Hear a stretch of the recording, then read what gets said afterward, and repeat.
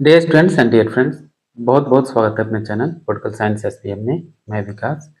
प्यारे साथियों, आज हम लोग एक प्रीवियस ईयर क्वेश्चन पेपर को सॉल्व करने वाले हैं और ये पेपर है आपका पीजीटी पॉलिटिकल साइंस, जो कि बीपीएससी के द्वारा आयोजित जो टीआरई 1 का पेपर है, टीआरई 1 की परीक्षा होती है पॉलिटिकल साइंस की, उसी के तहत इस पेपर को हम लोग सॉल्व कर रहे हैं, क्योंकि आपका बीपीएससी टीआरई 3 का पेपर बेहद बेहद नजदीक है। तो उसके लिए जरूरी है कि आप प्रीवियस ईयर क्वेश्चन पेपर को जरूर सॉल्व करें। आप रोज सॉल्व करें, मैं तो कहूँगा रोज एक बार जरूर देखना चाहिए, ताकि आपको पता चल सके कि क्वेश्चन किस टॉपिक से कैसे प्रश्न पूछे जा रहे हैं, या जो प्रश्न पूछे जा रहे हैं उनका लेवल क्या है और आपको कितना पढ़ने और समझने की और जरूरत है। तो याद रखिए, तो आज हम लोग बीपीएससी टीआरई 1 का क्वेश्चन पेपर सॉल्व करने वाले हैं, पीजीटी पॉलिटिकल साइंस का। चलिए आगे, जीएस का हम लोग नहीं देखेंगे इसमें।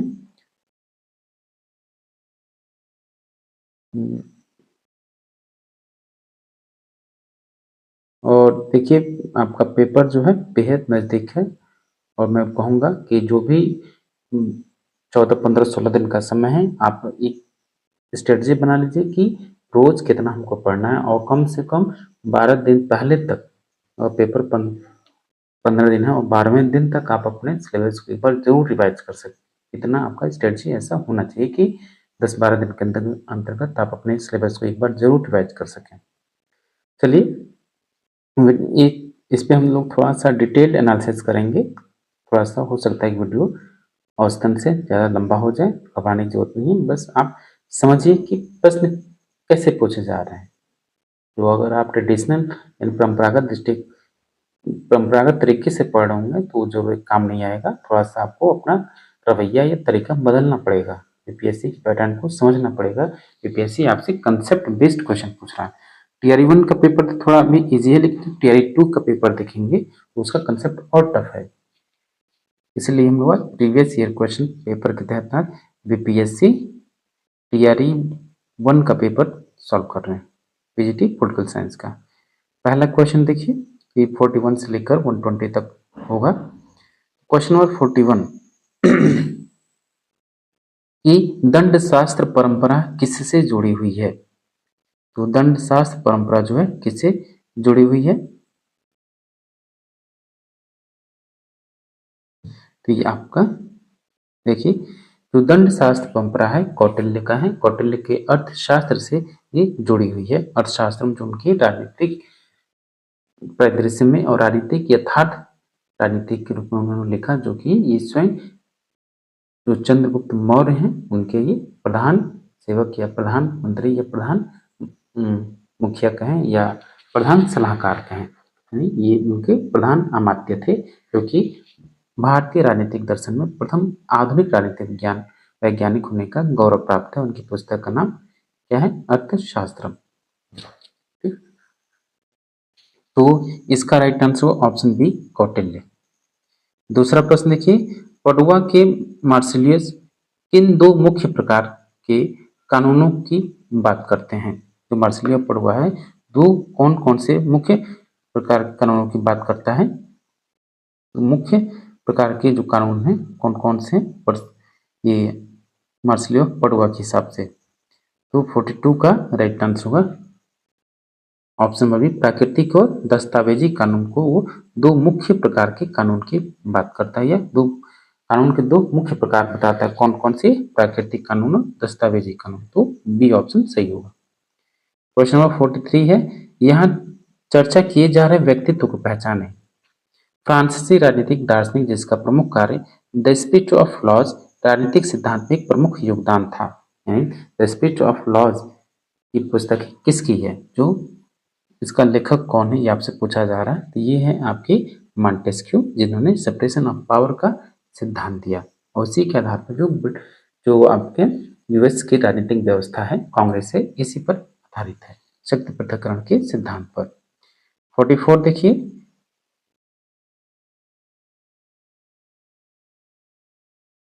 कि उदारवाद के बौद्धिक संस्थापक कौन है। यानी उदारवाद के बौद्धिक संस्थापक कौन है, यानी उदारवाद का जन्मदाता कौन है। तो आपको पता है कि उदारवाद का जन्मदाता जन्मदाता जॉन लॉक हुआ और इसके पूछ रहे बौद्धिक संस्थापक कौन, तो इसमें आपका एडम स्मिथ जुड़ जाएगा।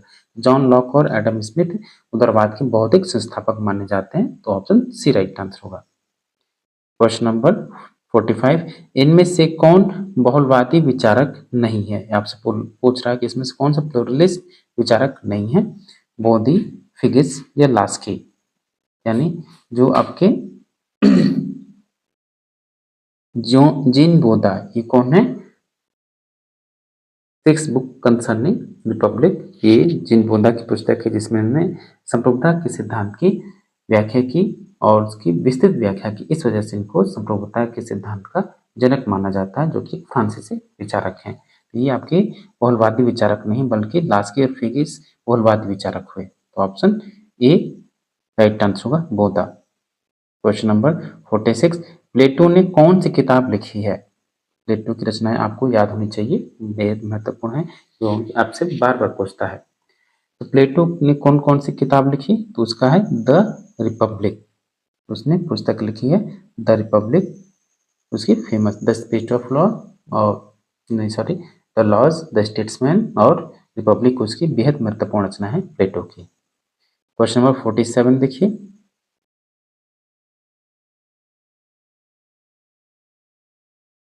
कि राज्य व्यवस्था पर सभी भारतीय लेखकों में से हॉब्स के सबसे निकट किसे माना जाता है? तो राज्य व्यवस्था यानी राजनीतिक सिद्धांत में से जितने भारतीय लेखक हैं यानी राजनीतिक विचारक, उनमें हॉब्स के सबसे निकट कौन माना जाता है? ये होंगे आपके कौन? Kautilya, option B right answer होगा। क्वेश्चन नंबर 48, कि किसने पवित्र कानून की तुलना में राज्य के कानून पर अधिक जोर दिया है? किसने? मनुस्मृति, कौटिल्य, नागार्जुन, एक से अधिक या कोई नहीं। तो 48 का राइट आंसर ऑप्शन बी, पवित्र कानून की तुलना में राज्य के कानून पर अधिक जोर देने वाले आपके कौटिल्य हुए। ऑप्शन बी सही हुआ, कौटिल्य। क्वेश्चन नंबर 49, अरस्तु के गुरु कौन थे? आपको पता ही है कि अरस्तु के गुरु कौन है या कौन थे? तो अरस्तु के गुरु प्लेटो, प्लेटो के गुरु कौन हुए? तो सुकरात हुए। ऑप्शन सी राइट आंसर होगा, सुकरात। क्वेश्चन नंबर 50, इस संप्रभु राज्य व्यवस्था क्या है? संप्रभु राज्य व्यवस्था क्या है? 50 देखिए, कि संप्रभु राज्य व्यवस्था आपको समझना होगा कि जो एक राजनीतिक प्रणाली जिसमें राज्य सर्वोच्च प्राधिकरण है और उनका क्षेत्र और लोगों पर विशेष नियंत्रण है। यानी जो संप्रभु राष्ट्र राज्य है एक अपने आप में सर्वोच्च प्राधिकरण है जिसका उस जितना भी क्षेत्र में समाहित जो क्षेत्र और जो जनता है उस पर उसका अपना विशेष नियंत्रण है और उसमें वो किसी के अधीन नहीं है। तो ऑप्शन ए राइट आंसर होगा। नेक्स्ट क्वेश्चन है क्वेश्चन नंबर 51, कि इस सिद्धांत का वर्णन करने के लिए किस शब्द का प्रयोग किया जाता है कि प्रत्येक राष्ट्र राज्य को बाहरी शक्तियों के हस्तक्षेप के बिना खुद को नियंत्रित करने का अधिकार है? वैश्वीकरण, साम्राज्यवाद, राष्ट्रवाद, एक से अधिक या प्रयुक्त में से कोई नहीं। ये जो सिद्धांत आपका संप्रभुता का सिद्धांत है जो कि ऑप्शन नहीं है, ये राइट आंसर होगा, उपयुक्त में से कोई नहीं, ऑप्शन ए। 52 देखिए, कि संयुक्त राष्ट्र संघ के वर्तमान महासचिव का क्या नाम है? बेहद आसान सा प्रश्न है। देखिए टीआरई 1 में थोड़े से फैक्चुअल क्वेश्चन पूछेगा, थोड़े क्या लगभग एवरेज कल कुछ ज्यादा ही फैक्चुअल क्वेश्चन पूछेगा, लेकिन टीआरई 2 में जो आया कंसेप्ट बेस्ड क्वेश्चन आया। इस बार टीआरई 3 का आप देख लीजिए, हो सकता है कंसेप्ट बेस्ड क्वेश्चन ही है, डिफिकल्टी लेवल थोड़ी बढ़ जाए, इसलिए आप क्वेश्चन देख के समझिए। और आगे भी हम लोग टीआर 2 का पेपर भी सॉल्व करेंगे, चैनल पर बने रहिए। और साथ ही आपसे रिक्वेस्ट है कि प्लीज चैनल को जरूर सब्सक्राइब कीजिए और बेल आइकन भी प्रेस कीजिए। 52, कि संयुक्त राष्ट्र संघ के वर्तमान महासचिव का क्या नाम है? तो आपको पता है कि एंटोनियो गुटेरेस है। क्वेश्चन नंबर 53, निम्नलिखित में से कौन सा राष्ट्रीय सुरक्षा के हित में किए गए निर्णय का उदाहरण है? राष्ट्रीय सुरक्षा के हित में किए गए निर्णय का उदाहरण कौन सा इसमें से? तो सख्त अप्रवासी नीतियों को लागू करना, ऑप्शन ए राइट आंसर होगा। ये राष्ट्रीय सुरक्षा हित के किए गए निर्णय का उदाहरण है कि अपने क्षेत्र में सख्त अप्रवासी नीतियों को लागू करना। नेक्स्ट क्वेश्चन है क्वेश्चन नंबर 54 कि निम्नलिखित में से कौन सा राष्ट्रीय हित शब्द का सबसे अच्छा वर्णन करता है। जो नेशनल इंटरेस्ट है उसका सबसे सुस्पष्ट व्याख्या कौन करता है। तो 54 का राइट आंसर होगा ऑप्शन सी, राष्ट्र राज्य के आर्थिक और रणनीतिक लक्ष्य। ऑप्शन सी राइट आंसर होगा। क्वेश्चन नंबर नेक्स्ट है 55 कि अंतर्राष्ट्रीय राजनीति में कौन सा सिद्धांत तर्क देता है कि अंतर्राष्ट्रीय व्यवस्था अराजकता की स्थिति की विशेषता है, जहां राज्य प्राथमिक अभिनेता है और अपनी शक्ति और सुरक्षा को अधिकतम करना चाहते हैं। ये कौन सा सिद्धांत है, इससे कौन सा सिद्धांत संबंधित है इस प्रकार के विचार से। तो इसका राइट आंसर होगा ऑप्शन नंबर ए, यथार्थवाद। रियलिज्म, यथार्थवाद के जनक हंस जे मार्गेंथाउ हुए और उनकी एक फेमस पुस्तक है politics among nation, the struggle for power and peace, 1948 में प्रकाशित हुई। विदेश नीति के निर्धारक तत्व क्या क्या हैं। तो फॉरेन पॉलिसी के जो डिटर्मिनेंट्स हैं वो पूछ रहा है। तो विदेश नीति के जो निर्धारक तत्व होते हैं, एक तो आपके आर्थिक हित के आधार पर और सैन्य क्षमता और अंतर्राष्ट्रीय गठबंधन के आधार पर आपके विदेश नीति के निर्धारण किया जाता है या उनके निर्धारक तत्व निम्नलिखित हैं। 57 ए,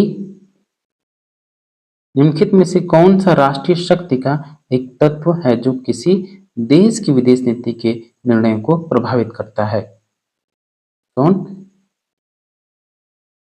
तो है आपका अर्थव्यवस्था और व्यापार, क्योंकि किसी देश की विदेश नीति के निर्णयों को प्रभावित करता है अर्थव्यवस्था और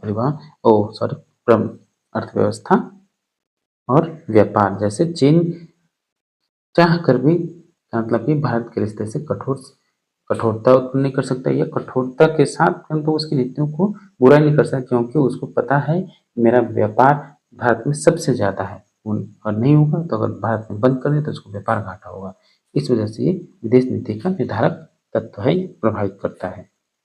58 निम्नलिखित में से कौन सी साम्राज्यवाद की विशेषता है। साम्राज्यवाद की विशेषता इसमें से कौन सी है। तो 58 का राइट आंसर होगा उपनिवेश स्थापित करने और प्रदेशों का विस्तार करने की इच्छा ही ये साम्राज्यवाद की विशेषता है। ऑप्शन ए राइट आंसर होगा। नेक्स्ट क्वेश्चन है क्वेश्चन नंबर 59 अलगाववाद क्या है, एलिनेशन क्या है। तो अलगाववाद जो है आपका क्या है, एक विदेश नीति का दृष्टिकोण जो किसी देश की आत्मनिर्भरता और अंतर्राष्ट्रीय मामलों में गैर भागीदारिता पर जोर देता है। ऑप्शन बी राइट आंसर होगा। क्वेश्चन नंबर 60 राष्ट्रवादी सार्वभौमिकता क्या है और इसमें पैक्स की क्या भूमिका है। तो राष्ट्रवादी सार्वभौमिकता क्या है और इसमें पैक्स की भूमिका क्या है। यह है कि राष्ट्रवादी सार्वभौमिकता यह विश्वास है कि राष्ट्रों को पारस्परिक लाभ के लिए सहयोग करना चाहिए, जबकि पैक्स इस सहयोग से उत्पन्न शांति को संदर्भित करता है। ऑप्शन बी राइट आंसर होगा। नेक्स्ट क्वेश्चन है क्वेश्चन नंबर 61 कि निम्नलिखित में से कौन सा कथन चीन के मध्य साम्राज्य परिसर का सटीक वर्णन करता है।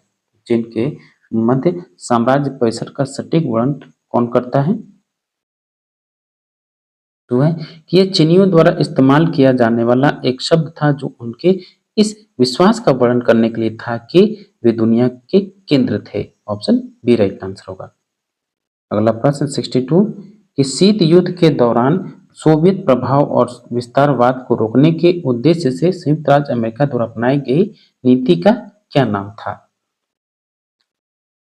ऑप्शन देखिए, तो 62 का राइट आंसर ऑप्शन है ट्रूमैन सिद्धांत। Option A. Question number 63 Bandung सम्मेलन में अपनाया गया और पहले नाम में स्वीकार किया गया सिद्धांत नहीं था। यानी बांडुंग सम्मेलन में तो अपनाया गया लेकिन प्रथम सम्मेलन जो आपका हुआ उसमें क्या कौन सा सिद्धांत नहीं था। इसमें नहीं था आपका शांतिपूर्ण और सह अस्तित्व, बाकी दोनों हैं और ये नहीं था आपका। ऑप्शन सी राइट आंसर होगा। क्वेश्चन नंबर 64 शीत युद्ध शब्द सबसे पहले किसके द्वारा गढ़ा गया। शीत युद्ध यानी जो कोल्ड वॉर शब्द है सर्वप्रथम किसके द्वारा बोला गया या गढ़ा गया या इसमें शब्द का सर्वप्रथम प्रयोग किसने किया? तो 64 का राइट आंसर होगा ऑप्शन ए बर्नार्ड बरूच। अगला प्रश्न कि 65 कि राष्ट्रों को क्यों अंतर्राष्ट्रीय व्यापार करते हैं? राष्ट्र क्यों अंतर्राष्ट्रीय व्यापार करते हैं? इसका एक प्राथमिक कारण यह है कि यानी जो राष्ट्र हैं अंतर्राष्ट्रीय व्यापार इसलिए करते हैं, क्या कारण बताया गया है? तो इसका राइट आंसर होगा ऑप्शन नंबर बी कि संसाधन सभी व्यापारिक देशों में समान रूप से वितरित नहीं है। ऑप्शन बी राइट आंसर होगा। क्वेश्चन नंबर 66 वस्तुओं और सेवाओं में अंतर्राष्ट्रीय व्यापार का उपयोग कभी कभी निम्नलिखित किस एक को छोड़कर सभी के विकल्प के रूप में किया जाता है? किस एक को छोड़कर? तो 66 का राइट आंसर होगा ऑप्शन ई में से कोई नहीं। क्वेश्चन नंबर 67 सुरक्षा परिषद के गैर स्थायी सदस्य कितने समय के लिए चुने जाते हैं? सुरक्षा परिषद यानी सिक्योरिटी काउंसिल के जो अस्थायी सदस्य हैं 10, वो उनका कार्यकाल कितना होता है? ये पूछा गया है। ये होता है 2 वर्ष। क्वेश्चन नंबर 68 कि किसी विशेष राष्ट्र के नागरिकों द्वारा निर्मित सेवाओं और उत्पादों के संयुक्त मूल्यांकन और उनकी संचयी संपत्ति की कीमत को दर्शाने के लिए यथार्थ अर्थशास्त्रियों द्वारा किस शब्द का प्रयोग किया जाता है? इस शब्द का प्रयोग किया जाता है तो ये होगा आपका जीडीपी या सकल घरेलू उत्पाद gross domestic product. Option A right answer होगा। क्वेश्चन नंबर 69 यहाँ हमने कुछ ऐसे उदाहरण रखे हैं जिन्हें आमतौर पर ऐसे परिदृश्य के रूप में संदर्भित किया जाता है कि जो सामान्य आबादी द्वारा किसी समुदाय की आर्थिक वृद्धि और विकास की व्याख्या करते हैं। यह विकल्प चुने जो विशेष रूप से आर्थिक वृद्धि की व्याख्या करता हो। क्वेश्चन नंबर 69 का इसका क्या आंसर होगा? तो 69 का राइट आंसर होगा इसमें एक से अधिक। ऑप्शन डी राइट आंसर होगा उपयुक्त में से एक से अधिक। नेक्स्ट क्वेश्चन है क्वेश्चन नंबर 70 कि दक्षिण पूर्व एशिया में किस धर्म का व्यापक रूप से पालन किया जाता है? वर्तमान में पूछा है कि दक्षिण पूर्व एशिया में किस धर्म का व्यापक रूप से पालन किया जाता है? तो इसमें आपका आ जाएगा जो इस हिसाब से इसने बीपीएससी ने आंसर दिया है ऑप्शन ई दिया है, इसमें उपयुक्त में से कोई नहीं। प्रश्न है व्यापक रूप से किस धर्म का पालन किया जाता है साउथ ईस्ट एशिया में? तो वैसे इसका आंसर होगा बौद्ध धर्म। Option A. क्वेश्चन नंबर 71 देखिए निम्नलिखित में से किस देश में किसने देश में अप्रसार संधि हस्ताक्षर नहीं किया है? निम्नलिखित में से किन देशों में से किसने अप्रसार संधि पर हस्ताक्षर नहीं किया है? एनपीटी पर किसने हस्ताक्षर नहीं किया? 71 है। ये है आपका भारत। भारत ने अब तक इस पर सिग्नेचर नहीं किया है परमाणु संधि अप्रसार पर। ठीक। क्वेश्चन नंबर 72 किसने भविष्यवाणी की थी कि परमाणु प्रौद्योगिकी बहुत आवश्यक होने जा रही है और न केवल बिजली क्षेत्र में बल्कि जीवन की बेहतरी के लिए अन्य सामाजिक उपयोग के लिए? किसका एक कोट था? एपीजे अब्दुल कलाम, जेसी बोस या सीवी रमन? क्वेश्चन नंबर 72 का राइट आंसर होगा ऑप्शन ए उपयुक्त में से कोई नहीं। ई राइट आंसर होगा बीपीएससी के हिसाब से ये। क्वेश्चन नंबर नेक्स्ट है आपका 73 इष्टतम टैरिफ क्या है? 73 है कि इष्टतम टैरिफ क्या है? कि स्वदेश के प्रस्ताव वक्र को लागू करने वाले टैरिफ की लोचदार सीमा में होना चाहिए? बिल्कुल नहीं। इस संभावना को ध्यान में रखता है कि भागीदार देश अपने स्वयं के सुरक्षात्मक उपायों के साथ जवाबी कार्रवाई करेगा? ये भी गलत है। प्रभावशाली देश की कुल निर्यात बिक्री को अधिकतम करता है? ये भी गलत है। तीनों ऑप्शन गलत है, इसलिए ई ऑप्शन बताया बीपीएससी ने उपयुक्त में से कोई नहीं। क्वेश्चन नंबर 74 है, आपसी व्यापार को बढ़ावा देने और बनाए रखने और देशों के बीच आर्थिक सहयोग विकसित करने के लिए निर्देशित एक स्वायत्त वाणिज्यिक नीति उपकरण को हम क्या कहते हैं? निकासी का प्रमाण पत्र, मूल का प्रमाण पत्र या प्रामाणिकता का प्रमाण पत्र? तो 74 का राइट आंसर होगा ऑप्शन बी, मूल का प्रमाण पत्र। ठीक। 75 देखिए, पहला परमाणु संयंत्र कहाँ स्थापित किया गया था? तो पहला, ये विश्व के मामले में पूछा है, भारत के संदर्भ में पूछ सकता है कि पहला परमाणु या भारतीय परमाणु संयंत्र को क्रम से लगाइए, यानी सबसे पहले कहाँ हुआ, फिर उसके बाद यह दे देगा कौन सा परमाणु केंद्र कहाँ है। तो 75 का राइट आंसर होगा ऑप्शन नंबर ए, ओब्निस्क, रूस। ऑप्शन ए, सबसे पहला परमाणु संयंत्र कहाँ लगा? ओब्निस्क, रूस में। क्वेश्चन नंबर 76 है,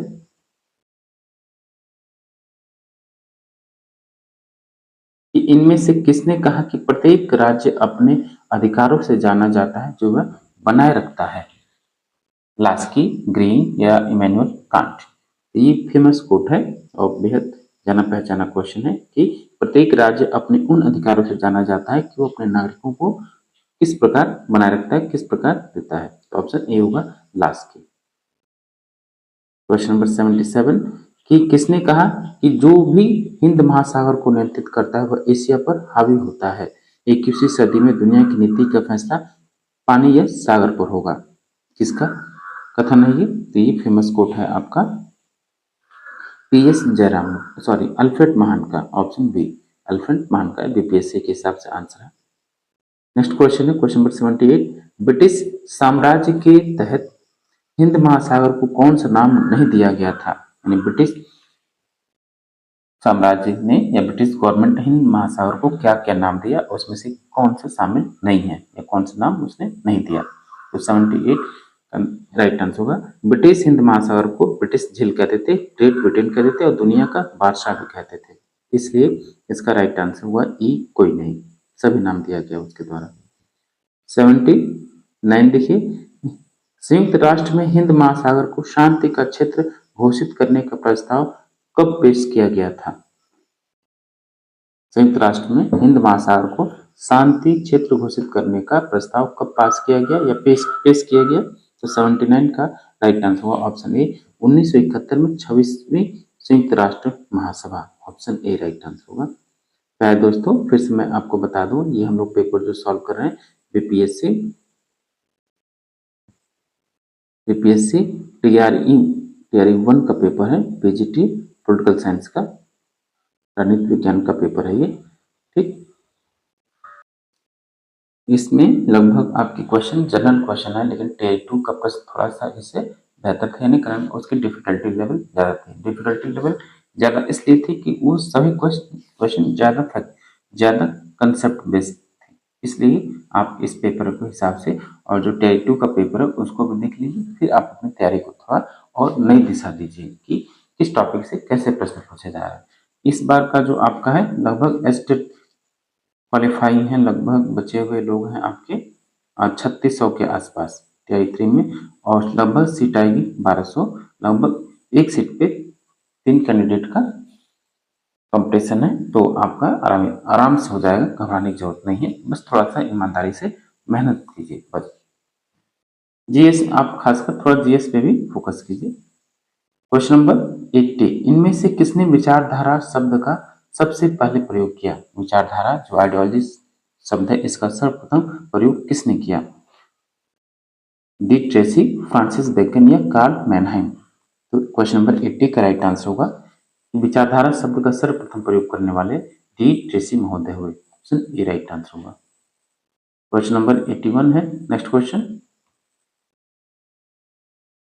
संयुक्त राज्य अमेरिका की युद्धोत्तर विश्व विदेश नीति का प्राथमिक लक्ष्य क्या था? यानी युद्ध के बाद संयुक्त राज्य अमेरिका का विदेश नीति का प्राथमिक या मुख्य लक्ष्य क्या था? तो था आपका साम्यवाद के प्रसार को रोकने के लिए। ठीक है, यानी जो द्वितीय विश्व युद्ध हुआ उसके पश्चात जो अमेरिकी विदेश नीति है उसका मुख्य उद्देश्य प्राथमिक लक्ष्य था कि इस साम्यवाद के प्रसार को रोकना, ऑप्शन बी। नेक्स्ट क्वेश्चन है 82 कि भारत की विदेश नीति मुख्य रूप से किस सिद्धांत द्वारा निर्देशित होती है या निर्देशित है। भारत की जो विदेश नीति है उसका प्रमुख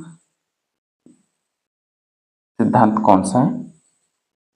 तो 82 का राइट आंसर होगा ऑप्शन बी, सामरिक स्वायत्तता। क्वेश्चन नंबर नेक्स्ट है 83, निम्नलिखित में से कौन सा भारत की लुक ईस्ट नीति का प्राथमिक उद्देश्य है। लुक ईस्ट नीति का जो कि नरसिम्हा राव के द्वारा दिया गया, इसका प्रमुख उद्देश्य या प्राथमिक उद्देश्य क्या है।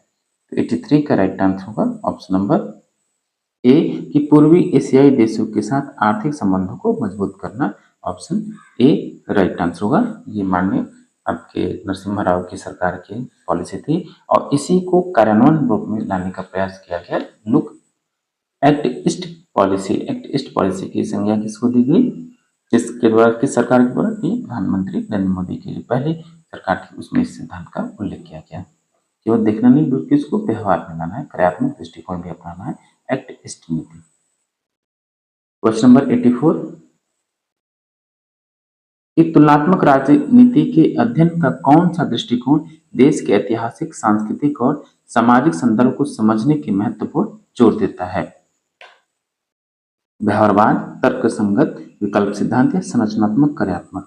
तो इसका राइट आंसर होगा इनमें से कोई नहीं, ठीक, ऑप्शन ई राइट आंसर होगा।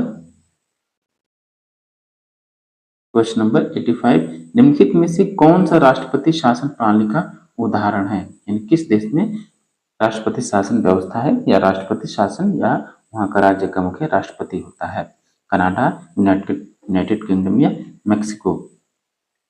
तो याद रखिए जो आपको क्वेश्चन नंबर 85 है, कनाडा में प्रधानमंत्री है, यूनाइटेड किंगडम में भी प्रधानमंत्री है, लेकिन मैक्सिको में राष्ट्रपति शासन व्यवस्था है, यानी प्रेसिडेंशियल फॉर्म ऑफ गवर्नमेंट है। तो option number C right answer होगा, मैक्सिको। अगला प्रश्न है 86 भारतीय संविधान की प्रस्तावना क्या है। तो भारतीय संविधान का जो सिंबल है क्या है, संविधान का परिचय, मौलिक अधिकारों का एक बयान या राज्य के नीति निर्देशक सिद्धांत। तो प्रस्तावना आपका भारतीय संविधान का बतौर आप उसको संविधान का परिचय कह सकते हैं, इंट्रोडक्शन ऑफ कॉन्स्टिट्यूशन कह सकते हैं। तो ऑप्शन ए राइट आंसर होगा।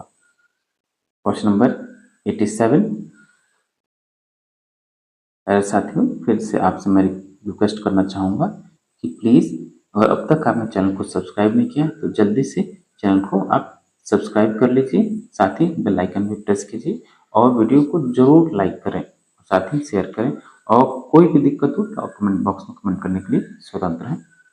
क्वेश्चन नंबर 87 भारतीय संविधान में अनुच्छेदों की कुल संख्या कितनी है। भारतीय संविधान में अनुच्छेदों की कुल संख्या 395 है, ऑप्शन ए राइट आंसर होगा। बेहद आसान सा प्रश्न पूछा गया आपसे। 88 देखिए अन्य सामाजिक विज्ञानों के साथ राजनीति विज्ञान का एकीकरण एक मूल सिद्धांत है, किसका? परंपरावाद का, व्यवहारवाद का या उदारवाद का। 88 का राइट आंसर ऑप्शन बी, व्यवहारवाद का, जो कि इसके जनक डेविड ईस्टन हुए और इसमें सुधारात्मक प्रक्रिया जो अपनाई गई उसके बाद उत्तर व्यवहारवाद हुआ, पोस्ट बेहलिज्म, जिसके स्वयं डेविड ईस्टन भी जनक हैं। क्वेश्चन नंबर नेक्स्ट है आपका 89 कि किसने लोकतंत्र को सरकार का एक रूप जिसमें सभी का हिस्सा होता है के रूप में वर्णित किया है। देखिए दोनों क्वेश्चन आया है, क्वेश्चन टीआरई 1 टीआरई 2 दोनों में आया है, यानी किसने लोकतंत्र को सरकार के एक हिस्सा, सभी के हिस्से के रूप में व्याख्या किया है, जिसमें सभी का हिस्सा होता है। तो क्वेश्चन नंबर 89 का राइट आंसर होगा ऑप्शन नंबर ए, इनमें से कोई नहीं, ठीक।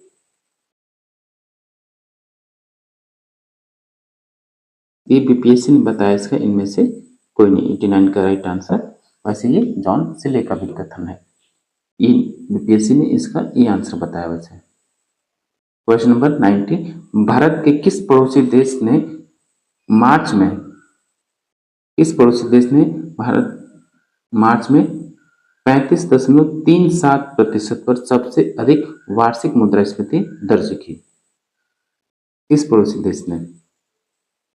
तो ये था आपका पाकिस्तान, ऑप्शन बी। तत्कालीन समय में पाकिस्तान था। ऑप्शन बी राइट आंसर होगा।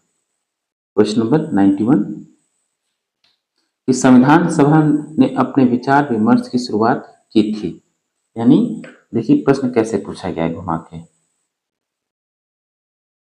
कि आप कह सकते पहले संविधान सभा ने अपने विचार विमर्श की शुरुआत की थी। इस प्रश्न को ऐसे ही पूछा जा सकता था, प्रथम बैठक इसकी कब हुई? ठीक, तो दिसंबर 1946। ऑप्शन सी राइट आंसर होगा। दिसंबर 1946 से संविधान सभा विचार विमर्श करना प्रारंभ किया। क्वेश्चन नंबर 92 जवाहरलाल नेहरू ने संविधान सभा में एक प्रस्ताव रखा जिसे वस्तुनिष्ठ संकल्प के रूप में जाना जाता है। कब? यानी उद्देश्य प्रस्ताव के रूप में इसको जाना जाता है। और ये कब रखा ये आपसे पूछ रहा है। तो 92 13 दिसंबर 1946 को रखा गया था प्रस्ताव जवाहरलाल नेहरू के द्वारा 13 दिसंबर 1946 को, लेकिन ऑप्शन में है नहीं, इसलिए ई ऑप्शन सही होगा, उपयुक्त में से कोई नहीं। नेक्स्ट क्वेश्चन, क्वेश्चन नंबर 93 कि किस तारीख को संयुक्त राष्ट्र महासभा ने मानव अधिकार की सार्वभौम घोषणा की थी? ये क्वेश्चन भी बेहद आसान है।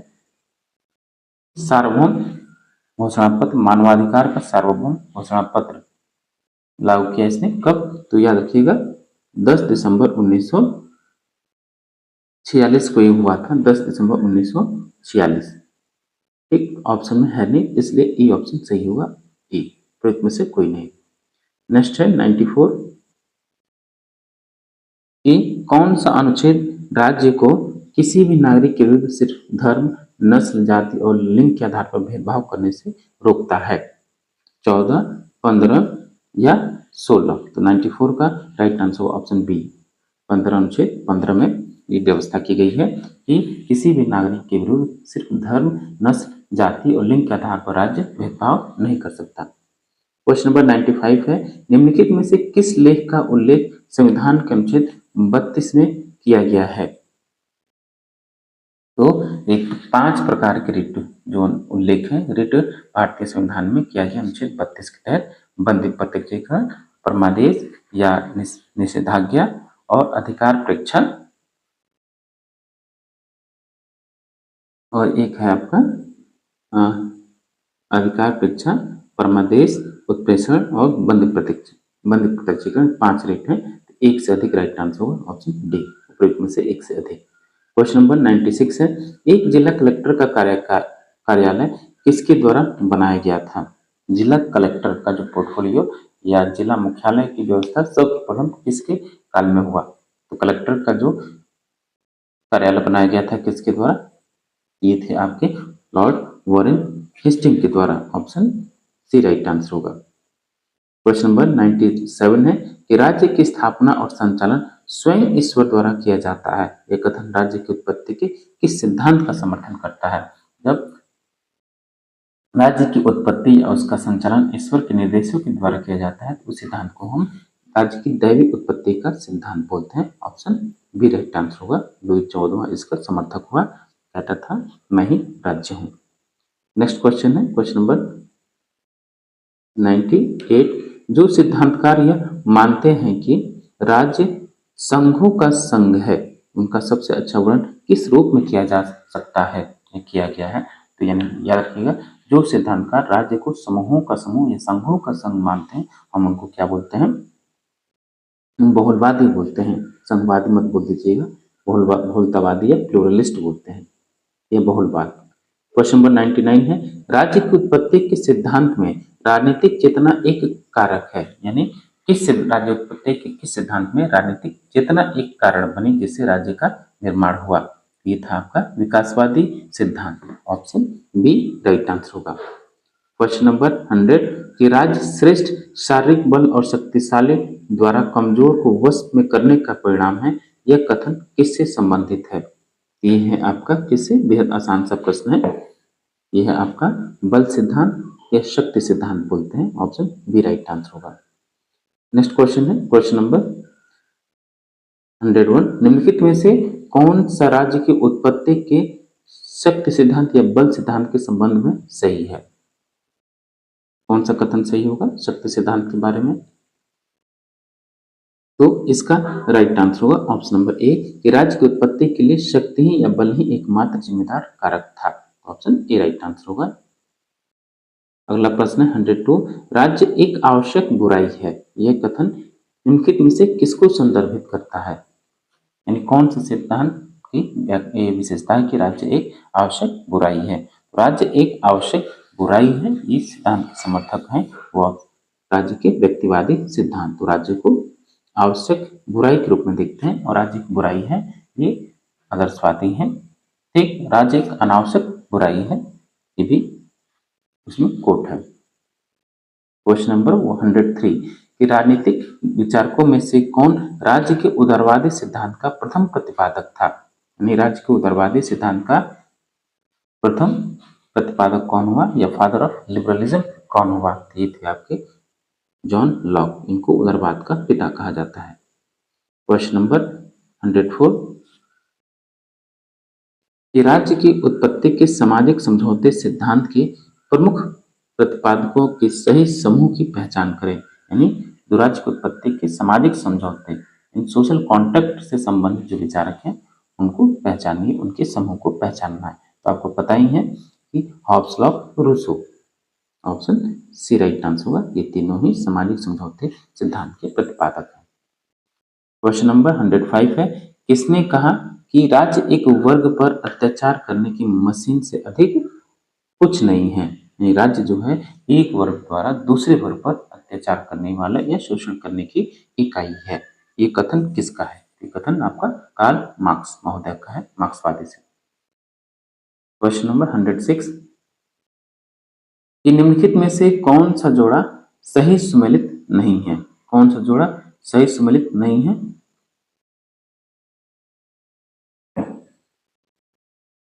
इसका राइट आंसर होगा अरस्तु राज्य पृथ्वी पर ईश्वर का अवतरण है। बिल्कुल गलत है, ये हीगल का कथन है। हीगल आधुनिक राज्य वर्ग शोषण का एक साधन है, ये भी गलत है, ये मार्क्स का कथन है। गांधी राज्य हिंसा को केंद्रित के रूप में प्रस्तुत करता है, बल्कि मार्क्सवादी सिद्धांत का न कि गांधी का। तीनों ही गलत है, इसका राइट आंसर होगा उपयुक्त में से एक से अधिक। ठीक, कोई सुमेलित नहीं है, सभी सुमेलित, एक से अधिक सब सुमेलित नहीं है, तीनों ही सुमेलित नहीं है। 107 देखिए, इनमें से किस चिंतक या विचारक ने संप्रभुता के जनरल विल यानी सामान्य इच्छा में निहित होने की वकालत की है? देखिए प्रश्न कैसे घुमा दिया गया, आधा इंग्लिश और आधा हिंदी के रूप में। तो ये जनरल विल जो सामान्य इच्छा से संबंधित विचारक हैं आपके रूसो महोदय हैं, ऑप्शन सी राइट आंसर होगा। अगला प्रश्न है 108 कि निम्नलिखित में से किसकी विशेषता अन्य एजेंटों घरेलू और विदेशी दोनों के साथ संबंधों में स्वतंत्रता है? किसके साथ? यानी घरेलू विदेशों एजेंटों से स्वतंत्रता और सभी से स्वतंत्र है, वो कौन सा है? संप्रभुता, अधिकार या प्राधिकरण? तो क्वेश्चन नंबर 108 का राइट आंसर ऑप्शन ए संप्रभुता। अपने बाह्य मामलों में और घरेलू और विदेशी मामलों में स्वतंत्र होता है संप्रभु। क्वेश्चन नंबर 109 उस विचारक का नाम बताइए जिनको अक्सर अपनी पुस्तक में क्षेत्रीय संप्रभु सरकार को संदर्भित करने के लिए राज्य की अवधारणा का पहली बार उपयोग करने का श्रेय दिया जाता है, और उस पुस्तक का शीर्षक बताइए। तो क्वेश्चन नंबर 109 का राइट आंसर होगा option number B Jean Bodin, the six book concerning the six books of the republic. Option B right answer होगा। क्वेश्चन नंबर 110 यह कथन किसने दिया कि जिस संप्रभु को वकील पहचानता है उसके पीछे एक और संप्रभु होता है जिसके सामने कानूनी संप्रभु को झुकना चाहिए? इस कथन किसका है? तो इसी को बोलते हैं एक तरफ से राजनीतिक संप्रभुता। ठीक, कानूनी संप्रभुता और राजनीतिक संप्रभुता में थोड़ा सा अंतर होता है। इस कोट के समर्थक है एवी डाइसी, ऑप्शन सी उपयुक्त कथन आपका एवी डाइसी, जो कि रूल ऑफ लॉ के जनक हैं। क्वेश्चन नंबर 111 निम्नलिखित में से किस राजनीतिक दार्शनिक ने संप्रभुता की अवधारणा को खारिज कर दिया? संप्रभुता के सिद्धांत को उसने खारिज कर दिया या उसका विरोध किया या उसको स्वीकार नहीं किया? तो जेन बोधा और ऑस्टिन ये दोनों उसके समर्थक हैं, लेकिन लास्की जो है संप्रभुता के सिद्धांत को उसने खारिज कर दिया। ऑप्शन सी राइट आंसर होगा, Herald Joseph Laski. Question number 112 Poona समझौता इनमें से किस नेता से संबंधित है? जो पूना पैक्ट है आपका किससे संबंधित है? ये आपका महात्मा गांधी और बी आर अम्बेडकर से संबंधित है पूना पैक्ट। ठीक, ऑप्शन सी राइट आंसर होगा। क्वेश्चन नंबर 113 कि भारत में पहली बार सांप्रदायिक प्रतिनिधित्व की शुरुआत किसके द्वारा की गई? इन भारत में पहली बार सांप्रदायिकता यानी संप्रदाय के आधार पर प्रतिनिधित्व प्रदान करने की जो परिकल्पना है वो मार्ले मिंटो सुधार 1909 के द्वारा दी गई और यहीं से आपका भारतीय राजनीति में और देश में सांप्रदायिकता का बीजारोपण का उद्भव हुआ, सूत्रपात हुआ। तो ऑप्शन बी राइट आंसर होगा। क्वेश्चन नंबर 114 कि निम्न में से कौन सा कारक भारत में सांप्रदायिकता के लिए उत्तरदायी है? कौन सा कारक भारत में सांप्रदायिकता के लिए उत्तरदायी है या सांप्रदायिकता के विकास में कौन सा कारण योगदान देता है? अंग्रेजों की फूट डालो और राज करो की नीति सही है, इससे भी सांप्रदायिकता का विकास हुआ। विभाजनकारी राजनीति की वजह से भी और तुष्टिकरण की राजनीति, ये तीनों ही कारण भारत में सांप्रदायिकता के लिए उत्तरदायी हैं। तो एक से अधिक राइट आंसर होगा option D, D right answer होगा, एक से अधिक। क्वेश्चन नंबर 115 115 कि जम्मू और कश्मीर पुनर्गठन अधिनियम 2019 निम्नलिखित में से किस भारतीय प्रशासित केंद्र शासित प्रदेश का निर्माण करता है? क्वेश्चन नंबर 115 का क्या आंसर होगा? ये होगा एक तो जम्मू कश्मीर का भी और लद्दाख का भी, एक से अधिक राइट आंसर हो गया, ऑप्शन डी होगा एक से अधिक। ठीक, क्वेश्चन नंबर 116 जाति समुदाय और राजनीतिक लामबंदी का प्रमुख आधार है। जाति समुदाय और राजनीतिक लामबंदी का प्रमुख आधार है। जो जातियां हैं वो राजनीतिक लामबंदी का एक प्रमुख कारण बनती हैं। यह कथन निम्न में से किसका समर्थन करता है? सांप्रदायिकता का, क्षेत्रवाद का या जातिवाद का? तो ये होगा आपका जातिवाद का, ऑप्शन सी राइट आंसर होगा जातिवाद। क्वेश्चन नंबर 117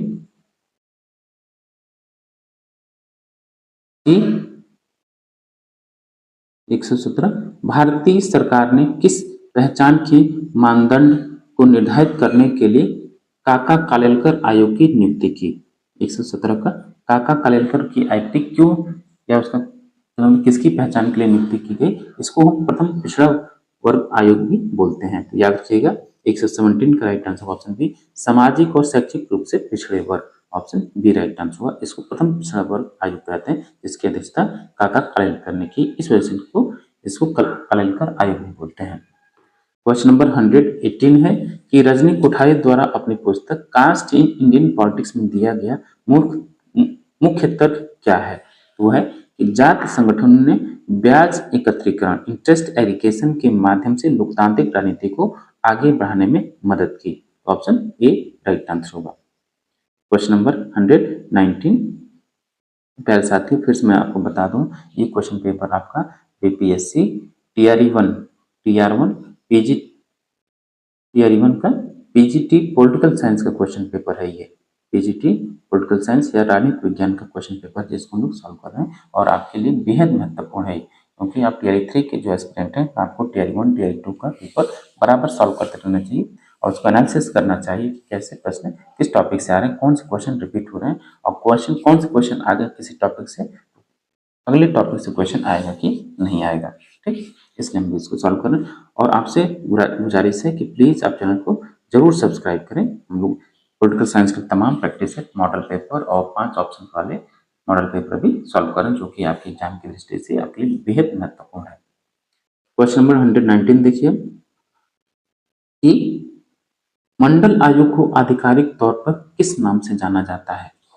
तो इसको भी देखिए, काका कालेलकर आयोग भी कुछ प्रश्न आया उससे, और ये आपका द्वितीय पिछड़ा वर्ग आयोग भी बोलते हैं इसको, जो कि मंडल आयोग की अध्यक्षता में हुआ। तो इसको किस नाम से जानते हैं, ये प्रश्न आपसे पूछा गया है। 119 का राइट आंसर होगा ऑप्शन ए, सामाजिक और शैक्षिक रूप से पिछड़ा वर्ग आयोग, ऑप्शन ए राइट आंसर होगा। क्वेश्चन नंबर 120 और लास्ट क्वेश्चन है। प्लीज साथियों, आप प्लीज चैनल को जरूर सब्सक्राइब करें, ठीक, वीडियो को लाइक कीजिए। तो इस क्वेश्चन 120 है कि राजनीतिक दलों का गठन और चुनाव के दौरान जाति आधार पर टिकटों का आवंटन क्या दर्शाता है? राजनीतिक दलों का गठन और फिर चुनाव के दौरान जाति के आधार पर टिकटों का आवंटन इस बात की पुष्टि या इस बात को दर्शाता है कि जातिवाद, ऑप्शन बी होगा, कास्टिज्म, ऑप्शन बी। ठीक, तो साथियों ये था आपका बीपीएससी पीजीटी पॉलिटिकल साइंस का क्वेश्चन पेपर सम राजनीति विज्ञान, ठीक, जिसको पेपर 2, और ये सामान्य अध्ययन का हमने नहीं देखा, तो पॉलिटिकल साइंस का पेपर टीआरई, ये टीआरई 1 का पेपर था। आप इसको अच्छे से सॉल्व कीजिए और प्रश्नों को देखिए, गौर कीजिए कैसे कैसे प्रश्न आपसे पूछे जा रहे हैं, कितना आपकी तैयारी बेहतर है या कहाँ कौन सी कमी रह गई उसको भी दुरुस्त करने का प्रयास कीजिए। चलिए मिलते हैं आपसे नेक्स्ट वीडियो में। Thank you for watching. Please channel को जरूर सब्सक्राइब कीजिए।